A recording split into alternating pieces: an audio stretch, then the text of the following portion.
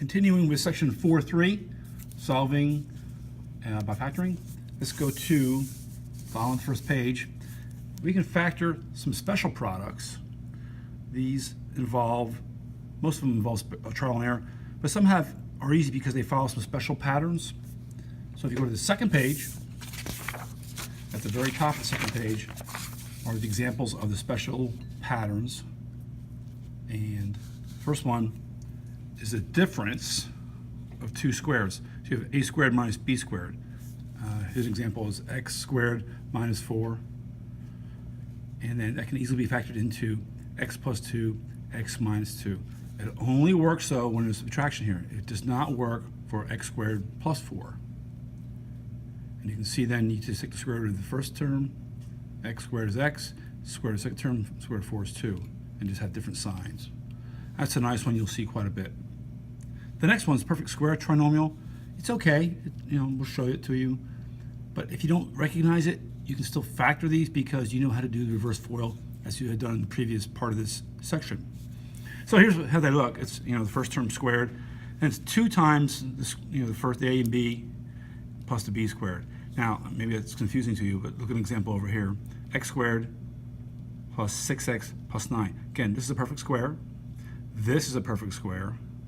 And the middle term, the b here, is 2 times, this is 1 in front of this is a 3, gets you to 6. I'm not a big fan of this particular shortcut, but what it gets you though is x plus 3 squared, or is x plus 3 times x plus 3. Likewise, if you have a subtraction sign here, same setup overall, you get a minus here. We'll show it to you. You can look at it again. If you fail to see it, no biggie. You just do your reverse FOIL as you normally do. So here's some examples down below. Example 2, x squared minus 49. Look at the pattern up here. You take the first, you take the square root of the first, and the square root of the second, and you get that. So we have, it's going to be bx. Well, I like to build parentheses first always. It's going to be x. This is a 7, and again, you'll see the signs are plus and minus, minus, plus. Again, it doesn't matter what order these are in. It could be minus 7 here, plus 7 there. Don't worry about that. Here's the second type. Again, this is, if you look at the shortcut how it's done over here, d squared plus 12d plus 36.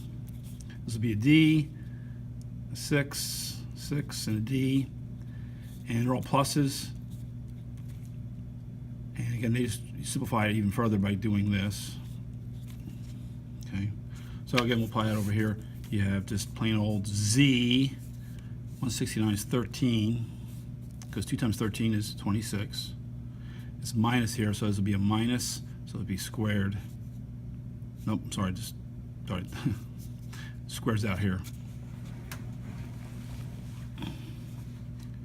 Here's some more practice to do quickly. X squared minus 9. So again, real quick, this is going to be x minus 3, x plus 3.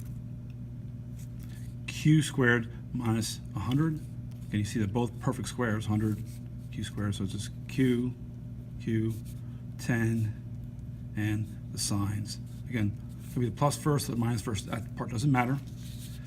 And this one, again, from above up here, if you're looking at how to do this quickly, y plus 8 squared.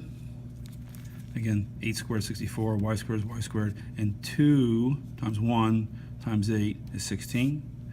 And with the negative, it's going to be w, this is a 9 for the 81. And it's a minus here, so that's a minus and a square. Again, don't have to know those so much.